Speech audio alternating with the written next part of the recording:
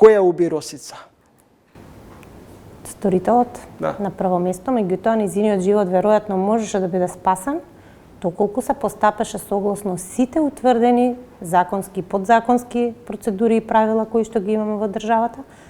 Можно е да очекуваме дека нејзиниот живот можеби и можел да биде спасен.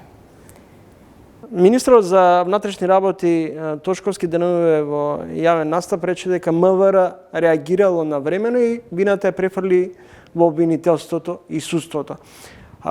Дали префрлајќи ја вината всушност се обидуваме да ја релативизираме целата состојба? Во конкретниот случај, јас не можам да тврдам, нели читавме сите по разни портали, медиуми, меѓутоа ниедна од тие информации не е нели официјална, па дури и да е официјална, само врз основа на тие информации ние немаме целосната слика што точно се случувало во сите овие изминати месеци во животот на Росица. Меѓутоа и еве времето после нејзината смрт, за да точно можеме да дијагностицираме и да покажеме со прст тој е крив. Меѓутоа зборуваме дека системот затаел.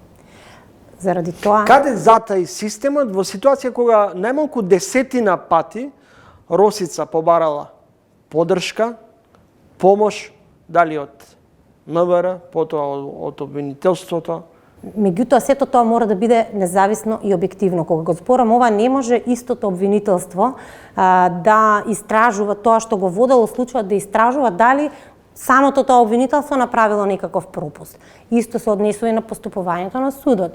Значи, ние во овој момент на вистина не можеме ниту како движење, еве женско да речам, како организација која што се застапува за правата на жените и пред се правата и заштита на жртвите, не можеме да кажеме дека точно да ги посочиме. Многу работи прочитавме, меѓутоа тоа сепак се само фрагменти од една целосна слика и ние не можеме да кажеме. Меѓутоа она на што го имаме, една од работите што ги имаме и во барањето што го испративме нели во реакцијата заедно со останатите женски организации да се спроведе целосна, темелна и објективна истрага.